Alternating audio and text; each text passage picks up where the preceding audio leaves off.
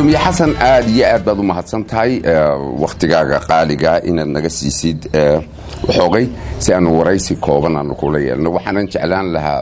waa arrimo siyaasadda oo ku saabsan oo maadaama ururku ay soo kordheen marka ugu horeysa bal gudoomiye waxaan ka codsan lahaa taariikh nololeedkaaga iyo CV oo si kooban aad noogu sheegtid aad baad ku mahadsantahay taariikh nololeedkayga markaan soo koobo jaamacadda waxaan ka baxay kuliyaddii waxbarashada ee Lafoole sanadkii halka aad ku dhalatay iga soo bilow shay magaalada Garadag la yahay gobolka Sanaag ka tirsan dugsiga dhexe waxaan ka galay Dayaxa kii Iskandariga waxaan ka galay Burco jaamacaddiina kuliyadda waxbarashada ee Lafoole ayaan ka soo baxay ka qalin jabiyay sanadkii 97 laba sanadood baan macallimo ku shaqeeyay sanad Banaadir iyo sanadan Amuud ka dhigayay wixii ka dambeeyay waxaan ku biiray hay'adaha caalamiga ah ee samafalka ayaan ku biiray shaqadii ugu horeysay 3 hay'adda Action Aid la yaaho ayaan ka qabtay mashruuc waxbarashada ku saabsanaa oo gobolka Sanaag ka hirgalay ayaan ka shaqeynayay ilaa iyo 8 xamar baan soo wareegay 89 ayay hay'addaas ay ka baxday wadanka ka bacdi waxaan ku soo noqday Soomaaliland ku soo noqday shirarkii badnaa istaba joogay 99 ilaa iyo 93 ayaan ka qayb galay house badnaadeen kuwii Sanaag ka badnaadeen markii dambena hay'ad samafal oo loo kala ayaan ka mid ahaa raggii qaban qaabiyay saacado loo oran jiray oo meel fiican gaadhay markii dambena agaasimo ka noqday 2001 waxaan la wareegay hay'ad Ingiriis ah oo xanaanada xoolaha Fetaid la oran jiray ilaa iyo 2011 waxaan u soo wareegay siyaasadda ayaan soo wareegay waxaan ka mid noqday raggii aasaasay ururkan dhalinyarada iyo shaqaalaha rays lagu magacaabo maantana u soo gudbay xilligii Facebook hore ka soo gudbay oo u soo gudbay doorashada u soo gudbay marka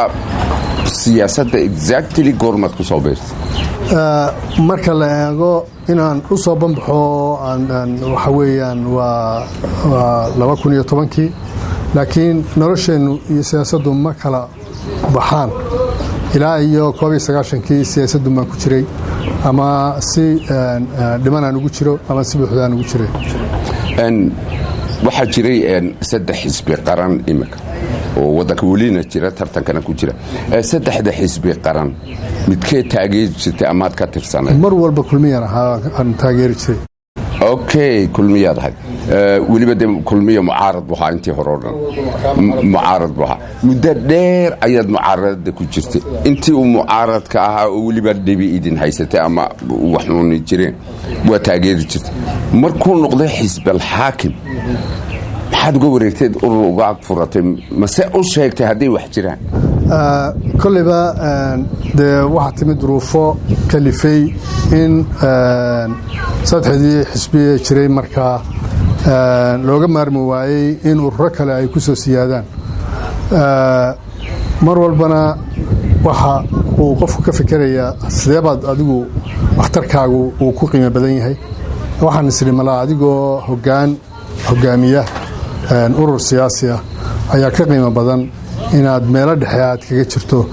xisbi siyaasi ah taas ayaa igu kaliftay inaan markaa anigu aan isugu lugduwado inaan ka qayb galo hogaanka ururka cusub ee rays watay gudoomiye kulley kursigaad u socota waa jaran markaa halkan loo maro ma jirtaa markaa 4 dawladood ayaa wadankan soo maray Abdurrahman Egal Rayaale iyo hadda oo siiraan yahay maxaad isleedahay haddii kursigan aad gaadhood hogaamiyaha wadankan aad noqotay intaasoo dhan 20 sanadood waxaasaan la qabanaya maxaad dadka u sheegaysaa horta marka hore Axmedow ujeedadeeda koowaad waxa weeye inaanu samayno xusbi waara oo leh nidaam iyo xeer u sahla inuu mar walba ka mid ahaado xisbiyada wadanka ka jira inuu ka mid ahaado ayaa horta anaga noo muhiima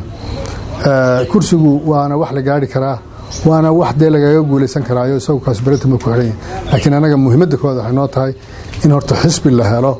dhisan oo dhinac walba ka dhisan oo qiyam iyo maxaan ku dhahdaa leh waxyaabaha valueska la yidhaahdo dabadeedna u sahla mar walba inuu saaxadda siyaasadda ku jiro anagu ujeedadeeda koowaad waa ka haddiiba ay dhacdo dee kursigaa inaan xisbigayga ku guulaysto oo anigu aan markaa madaxweynahan ka noqdo waxaa mar walba annaga noo ah waxyaabaha aanu ku taamayno in dadka dhallinyarada ah ee aqoonta leh ee u badan maanta waddanku inay saaxadda siyaasadda inay soo galaan laga bilaabo doorashooyinka iminka soo socda in ay doorashada soo socotay dowladaha hoose inay haru soo baxaan dadka dhallinyarada ee tacliinta leh haru soo baxaan tacliin kala duwan dad leh aqoon kala duwan leh dhakhaatiir leh dhaqaalayahan leh injineera leh ay u soo baxaan oo dowladda hoose dadkii hagi lahaa ee aqoon ku hagi lahaa inay u soo baxaan baan horta jecel lahay level kastana ay ka qayb galaan ay ka baarlamaanka ka qayb galaan ka dowladdana ay ka qayb galaan ahdi waliba dadkiisuu leeyahay dadkii ahdi kasta lahaa inay mar walba ay ku jiraan saaxadda siyaasadda iyagu dabeedna ay ka taliyaan wixii la gudboon ee ay ku horumarayaan dalkooda ay taladiisa yeeshaan annagu waa taase miihi anigu haddaan xasan ahay waxa iyo waxaasaan qabanayaa miihi wahagaag yaa kugu dhiirigeliyey inaad ururkan furatid mise waxa aydun fikrada adiga kaa timi muddaba way igu jirtay in aan urur hogaamiyo siyaasi ah oo qaabka aan u sharxayo u yaala way igu jirtay keliya waxa weeyaan jaaniskii unbaa hadda uun soo maray xilligaygii wuxuu la kulmay uun xilli ururada la furayo dabeedna markaasuma ka qayb galay iskamaan uun markaba maan halabsan laakiin dad fara badan baan la tashaday oo talo kala yeeshay oo dadka aanu isku raayiga isku dhowdhownahay waan tarafalay oo dhul badan baan tegay oo waddanka ka mid ah xogtii aan ururiyena waxay ku soo ururtay in lama huraan ay tahay in xisbi noocaasa urur noocaasa la furo xisbi u gudbi kara la furo dabeedna taas maskaxdeeda ku jirtay iyo dhiirigelintii aan ka helay dadkii aan la tashanayey ayaan dabeedna ku go'aansaday in ururka la furo ma ka talagelisay qoyskaaga caa'iladda haddaad se u sheegtay maxay ku yidhaahdeen wallaahi bahalka horta wuxuu waa hawl badan yahin axmedow cid walba oo markii hore aan ka talageliyaa gowskay ninku waatuu iskaba shaqaysanayay oo iska ladnaayo hayadihiisaa ku jiray harkiisii qaba qoyska aan kaa dhex galo qoyska aan sheegay waxa weyn caa'iladaada faamilka xaaska iyo caruur may jecleen inaan bad iyo boreer galay bay u arkayeen may jeclaysan adigu caruurtu way kala duwanaayeen caruurta qaar baa siyaasiyan u jeeda inay siyaasadda galaanba oo jeclaa laakiin kolleba guud ahaan qoysku oo islaantu ugu horeyso in uun aan kaga baxsanayo caruurtii iyo koritaankeedii bay u arkaysay oo may jeclaysan laakiin waxaa soo duway iminka wax kastoo la bilaabaa inay wax noqon karaan in ururkii maanta wax kastaba ha ahaadee uu halkan marayo iyaga laftooda wax dhan bay u tahay wax qabad bay u tahay bulshadu waa dhowr qaybood dhallinyaraa jirta dhallinyaro markaan leehay waa haweenkii iyo raggii lab iyo dhadig dad waaweyn baa jira dad sii da'a baa jira adugu waa bulshadu waa dhowr qaybood codna waa doonaysaan inaad soo baxdaan qaybtee ayuu ururkiinu bartilmaameed u ah taarget oo aad abbaarasaan ood leedihiin qaybtaasaa annagu aan muhiimadda koowaad saarana markaad horta taha dhallinyaradu dee ragun maaha waa dhallinyarada waa raggii doonarba isku jiraan ururkana waxa la yidhaha ururka dhallinyarada iyo shaqaalaha horta marka ugu horeysa sumaddaasuu leeyahay mujtamacuna intiisa badan labadaasunbuu ka kooban yahay ama guri ka shaqeey ama hay-adu shaqeey ama dowladda u shaqeey ama shirkadu shaqeey shaqaale waxa weeyaan iyo dad dhallinyaro ah oo ama waxbaranaya ama waxbarashadii soo dhammaystay waa labada waxaanu isugu xidhnay had iyo jeer innagu sistamkeennu dowladnimo qof waayeel ah oo dhaafay xilligii xataa uu bannayn lahaa ayaa badan kaas wuxuu madaxa kaga fadhiya qof dhallinyaro ah oo wakhtigiisa joogo marka labadu waa in labadaba lala shaqeeyaa oo loo shaqeeyaa in kan shaqaalaahi uu helo wixii uu shaqada kaga tegi lahaa in loo diyaargareeyo si kan dhallinyaradana uu helo meeshii iyo garoonkii uu isaguna uu ku tijaabin lahaa awoodiisa iyo waxqabadkiisa ku tijaabin lahaa labadu haddaanay isu bannayn oo aanay wada shaqaynna jactad baa soo gelaya mujtamaca annaga markaa waxaanu saaraynaa culayska dhallinyarada iyo shaqaalaha ayaa noo muhiima wahagaag maxaanay hayn qaybta aad bulshada bartilmaameedka idiini iminka aanay haysan aad u haysaan idinku annagu waxba uma hayno waxaanu rabnaa inaannu ka shaqayno sidii waxa ka dhiman labadaba loogu heli lahaa qoladan dhallinyarada waxaanu haynaa garoonkii ay maanta siyaasadda ka soo geli lahaayeen waa u furan yahay inay buuxiyaan camiraan golayaasha dhexe inay camiraan golayaasha fulinta inay camiraan inay ka soo qayb galaan tartanka xildhibaanada ka soo qayb galaan waa furan yahay iyaga kaasaanu hayno qolada shaqaalaha marka iyagu la gaadho xilli aan anagu hoggaanka dalka qabanno iyaguna ka qayb gelaya sidii loo samayn lahaa hay-ad shaqaale oo siisa dadka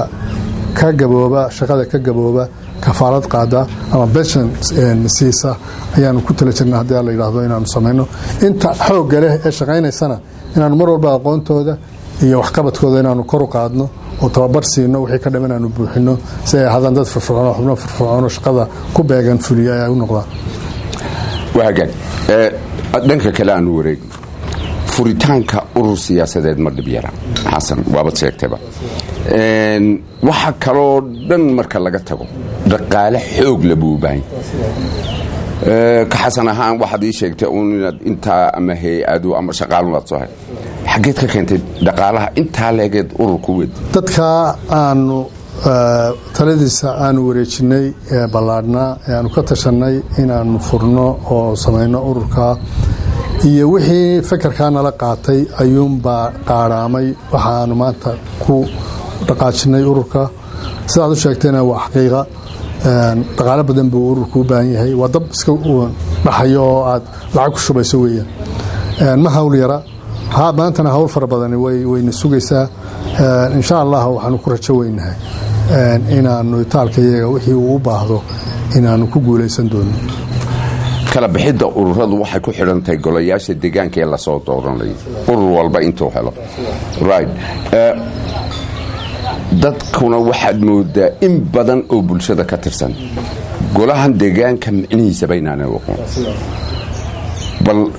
noo sheeg waa maxay golaha deegaanku maxay ka micno yihiin maxay qabtaan maxay ka faa'iido yihiin golaha deegaanka horta waa dowladdii deegaanka ah ama degmo ku sheeg oo degmo ah deegaan iminka degmo ku soo urur degmo ugu sarreysa deegaanka waa dowladdii deegaankaas degmada dowladdeedii weeyaan waana dowlad muhiima oo mararka qaarkood iyo meelaha qaarkood kaba muhiimsan dowladda dhexe degmooyinka isku filan dhaqaal ahaan iskaafiyi kara dowladda dhexe waxaa ka muhiimsan dowladda hoose ayaa ka muhiimsan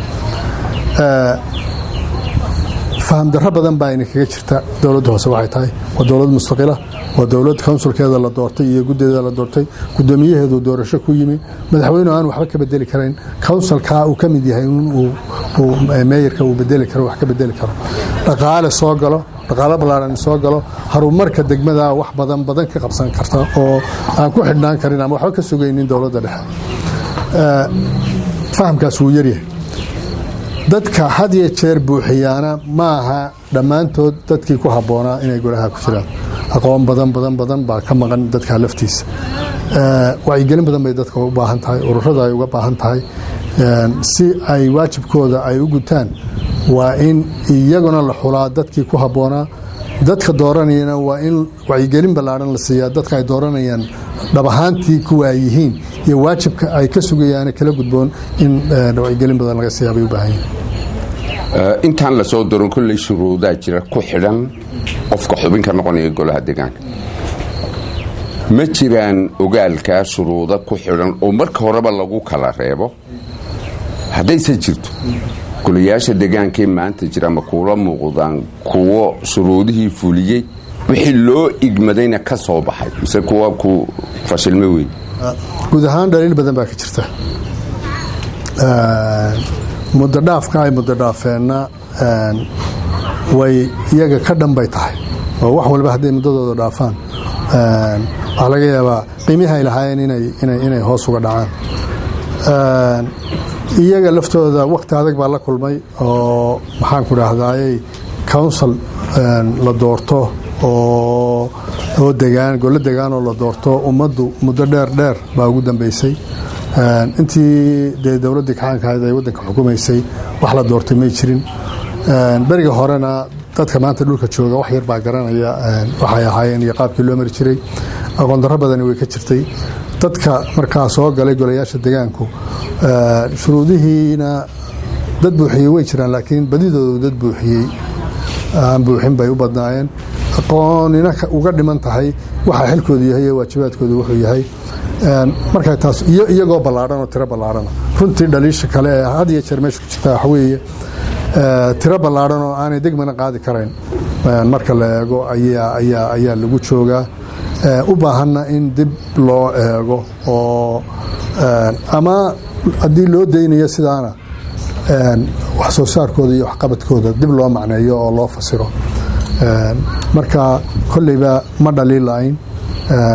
wakhtigaa muddadaa ku dhaaftayna waxbay usii dhintay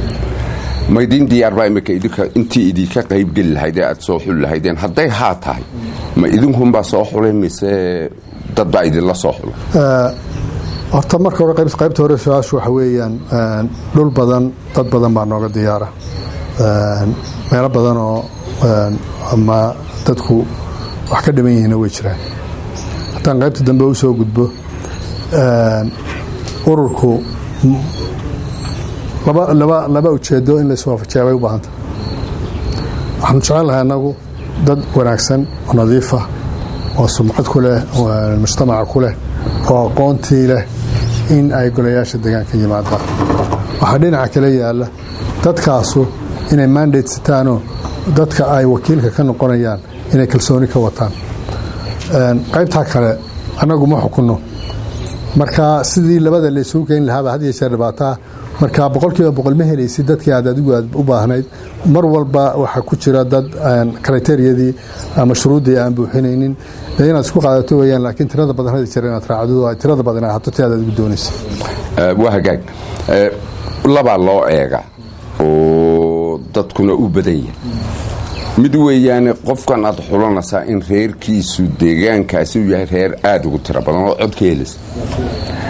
midka labaad waxa weeyaan inuu qofkan aad xulanaysaa haba reer yaraade oo laga tiro batee uu yahay kii deegaanka wuxuu tari lahaa labada midkeed idinku eegteen horta de labaduba way iscelaashanayeen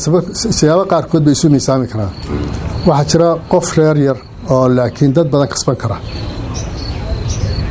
because qiimaha uu leeyahay ayuu ku kasban karaa qof reer badan baa laga yaabaa oo 9 urur baanu meesha ku maraynaa 9 ururba wuxuu doonaya qofka ugu wanaagsan inuu helo urur walibana ma helayo dee qofkii ugu wanaagsanaa cidun bay ku dhacaysaa qof laga dhabar roon yahay inuu de kusoo hagaago marka kolleyba taasuna mid laga tegaya maaho de wuxuu waa tiro hadhowta lagu kala baxaya marka qofku reerka uu dhabarka ku haya hadduu badan yahay kolleyba axmedow hunguri baa dee kuu gelayo kaa qabanaya laakiin qofka golojooga leh sumcadda leh maxaan ku dhahday dad kale oo aan reerkiisaba ahayn kasban karana oo qof muhiim ah ay tahay inaan isagana lagaga tegin waa reeryadii sidaad u sheegtay gudoomiye waa 9 ayaa imika tartamayo 3 xisbi qaran ee hore ay ku jiraan ma noo odorosi kartaa ama masaadin kartaa 3 hore 3 xisbi qaran ee jira kulmiye udub ucid ma waxaad isleedahay way soo wada noqonayaan qaar baa soo noqonaya isleedahay ma waxaad isleedahay siday u muuqato 3duba way hadhayaan axmed horta ma anigu waxaan jeclaan lahaa mise waxaan daanu gacanta ku hayn wixii ka soo baxaya soo baxaan anigu rays inuu soo baxaan de horta ugu jecela laakiin ama ha ahaadee 3 hore jiray ama 6 cusub ha ahaadaan garoonkaasaa furan garoonkaasuna ninka uu waxsiiyey cidda uu waxsiiyo ayuunbay ku xidhnaanaysaa ururna inaan hadeerto gaar farta ugu mudo aanu ku idhaahdo kaas ma soo baxayo kaa iyadu ma odhan karo waagaag raje intee leeg boqolkiiba intee leeg ayaad ka qabtaan in ray soo baxayo ururkiin challenge-kaasaa yaalla britain baa yaalla dee kolley inaad ismahadisana maaha mana kalsooni xumin oo ma hunguru xumin waxaan isleeyahay haddii aan si fiican u shaqayno waa soo baxaysaan saddexda soo baxin baa ku jiraysaan baan anagu qabnaa sanadkii 2009kii 2010kii bargii doorashooyinka madaxtinimada ee Soomaaliland lagu jiray ayaa waxaan wareystay saddexdii gudoomiye xisbida qaranka daahir yaalo markaa ahaa madaxweynaha injineer Faysal oo gudoomiye ka ahaa iyo madaxweynaha hadda Axmed Maxamed Maxamuud Siiraanyo su'aalahan weydiiyay waxa kamid ahayd haddii aad kursiga kortid axsaabtii siyaasiga ahayd ma furas madaxweyne Siiraanyo si caddaana oo aan leexleexad lahayn buu yidhi waanu ka dhabay ballantii uu ka soo baxay adiga ka gudoomiyahan siyaasi ahaan aqoon-yahan ahaan xasan inta aan sida yacni aan ku aqaan waana 10 sano kaliya intay furnaay waxay kula muuqataa inay qalad tahay in 10kii sanaba mar la furo mise waxaad u aragtaa oo door bidasa inay hagaagsan tahay in 10kii sanaba axsaab cusub la furo horta Axmedow wuxuu waa hawl badan tahay qofka markaa xisbiga ahina wuxuu jecel yahay inaan waxba lagu furin laakiin waynu isnaqaanaayo Soomaalidu dhismaha waxa la yiraahdo organizationka kuma wanaagsana marka leeyahay dhismaha organizationku hay'adu waa organization anigu aan ka shaqeynay waxa weeyaan dhismaheedu waa muhiim in mar walba la ilaaliyo oo waxyaabo lagu saxaa ay jiraan mar walbana haddii wax kaa xumaadaan wixii kuu sixiraha inaad hesho weeyaan waxaan qabaa mar walba saddexda xisbiya soo baxa haddii la saluugo wixii lagu sixi lahaa inay jiraan oo ay tahay in ururo laga barbar furo mar walbana anigu taasaan u taaganahay wadahadallaa u furmay Somaliland iyo Soomaaliya ma ku raacsan tahay xukuumadda Siiraanyo ayaana bilowday barigii hore ma eebahay ma waxay kula muuqataa arrin saxa oo tallaabo hore loo qaaday mise wad ka soo horjeedaa wadahadallada Soomaaliya iyo Somaliland laba qodob bayna cadaan haadan ba furan qadiyadda Somaliland mujtamaca baa go'aansaday oo qaatay wax ka bedelkeeda mujtamaca go'aansaday bay horta u taala qof keligiisa ama madaxweynaha ama wax kala ahaade wax ka bedeli karaa ma jiro qadiyadaas halkaas ay taala Soomaaliya iyo Somaliland laba dal oo dal isku ahaa bay ahaayeen uu dhaxmaray isu tagii 60kii uu dhaxmaray Somaliland waxay ahaan oo Somaliland waxay tiri waxaan la soo noqonay dawladnimadeedii baan la soo noqonay qolada Soomaaliyana waxay leeyihiin Somaliland kama go'ay karto Soomaaliya togowo labada ishaya ayaa wax ka dhaxeeya labada ishaya haday rabaan in loo garnoqo cid uga naqaysay haba dhex fadhiisto laakiin wayna iyagu soo fadhiistaan mar walba waxaan qabaa in Soomaaliya iyo Somaliland inay wada hadlaan laakiin waxaan aaminsanahay mar walba Somaliland meel ay ka hadli karto oo Somaliland kala siman tahay oo ay la siman tahay wayna taagnaataa si wada hadalkaas wada hadal loo sameeyay waa ahaado hagaag muddo intee leeg badan marka Somaliland ku sugnay kama bixin muddo gaaban ma ahaan markaan ugu badnaa 4 bilood baan ka maqnaa laba jeer min 4 bilood Ingiriiska aan marna wax ka dhigay marna wax ka dhiganay ayaan ka maqnaa qoyskaagu ma dal joog ba soo dibad joog ugumana talagelnay dibad u baxaan right guriga aad ku nooshay ma adiga la mise waa kiro ijaar adiga aan kula kaftame ma lagu xidhay weliga maya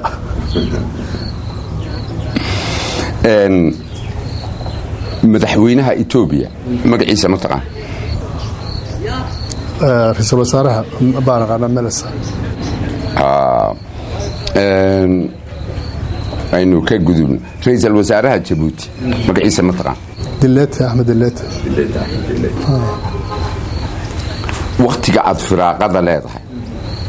maxaad ku maarowda inta badan waxbaan akhristaa barasaabkii ugu dambeeyay Ingiriiska ahaa ee Somaliland 26kii Juun calanka ku wareejiyay magaciisa ma xasuusataa jimicsiga ma isku fiicantii waa lugeeyaa right maxaad filaysaa ugu dambayntii 10 sano soo socdo mustaqbalka Soomaaliland yani seedo aragtaa in halkee gaarto horta horumarka ugu wanaagsan ee Soomaaliland samayn kartaa waxa weeyaan iyadoo ictiraaf caalami ah hesho albaab ballaaran oo ay mujtamaca caalamka kaga mid noqon karto ayaa u furmaya inta taasoo maqan tahay kulliba horumarkeedu waa daalaadhac weeyaan laakiin waxaan jecelahay maalin walba in wax soo kordhaan dadka dhulka lehina inaan dawlad kaliya lagu eegin wixii hanti leeyihiin inay hantidooda geliyaan wadanka geliyaan oo lagu abuuro shaqooyin lagu abuuro oo horumar lagu sameeyo oo waxyaabo badan oo dibadda laga soo dhoofsado maxaan ku dhahday lagaga kaaftoomo la warshadeeyo oo warshadaha la sameeyo horumar ku waajahan waxbarashada way ballaaran tahay imika waxbarasho ballaaran baa jirta tayadeedu laakiin halkii la rabay ma joogto waxbarasho tayaysan oo hadday jaamacad tahay iyo hadday dugsiyada hoose dhexe sare tahay tayaysan oo maxaan ku dhahday ku jahaysan baahida waddanka ku jahaysan in maxaan ku dhahday ay timaado caafimaad ballaaran oo gaari kara koonayaasha waddanka gaari kara ayaan jecelahay inaan arko xaalufka iyo nabaadguurka haysta dhuldaaqsimeedka haysta in maxaan ku dhahday wax laga qabto biyo joojin la sameeyo maxaan ku dhahday geed beeris la sameeyo dhir beeris la sameeyo ayaan ku rajaynahay inay dhacdo in maxaan ku dhahday khayraadka ku jira dabiiciga ama dhulka ku jira ama badda ku jira laga faa'iideysto shaqooyin loo abuuro hanti iyo dhaqaalena loo helo lagu maamulo waddanka ayaan jecelahay